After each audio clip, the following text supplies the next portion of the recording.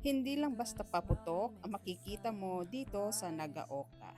Ito ay mensahe ng liwanag. Bawat putok ng fireworks ay pasasalamat sa buhay, sa pag-ibig at sa bawat taong lumalaban ngayong taon.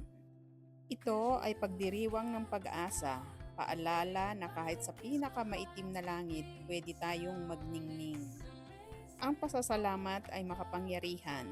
Nagdudugtong ito ng mga puso, nagpapagaling ng sugat at nagpapaalala na hindi tayo nag-iisa.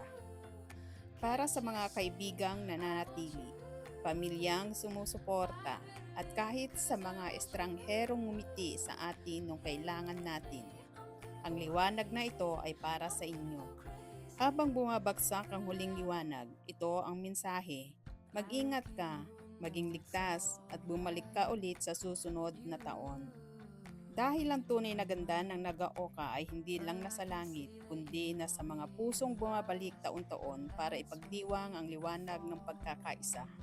Message of light, fireworks na may puso at paalala. Sa bawat putok ng fireworks, parang may sinasabi ang langit, salamat. Salamat sa mga taong patuloy na lumalaban, sa mga nagmamahal kahit mahirap, at sa mga bumabalik taon-taon para lang masilayan ang ganda ng liwanag sa dilim. Ang fireworks ng Nagaoka ay hindi lang pawaw, hindi lang pampakilig ng mata.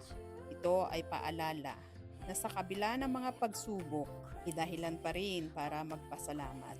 Bago matapos ang gabi, let's all take a moment to whisper, thank you sa buhay, sa pamilya, sa pag-ibig, at kahit sa mga taong dumaan lang pero nagturo ng aral. Habang bumabagsak na ang huling liwanag sa kalangitan, naririnig natin ang mensahe. Please be careful, come back safely. See you next year.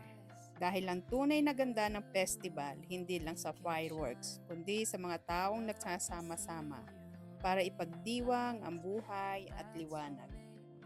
Salamat po sa panonood mga ka-Gris TV. Huwag kalimutan i-like, i-share at mag-subscribe. Ako nga pala si Gris TV and this is your Kilig Hugot and Healing mula dito sa Japan. Don't forget to like, share and subscribe. Kita-kits sa next adventure. Matulog kang may ngiti at gumising kang may pag-asa. Bye-bye!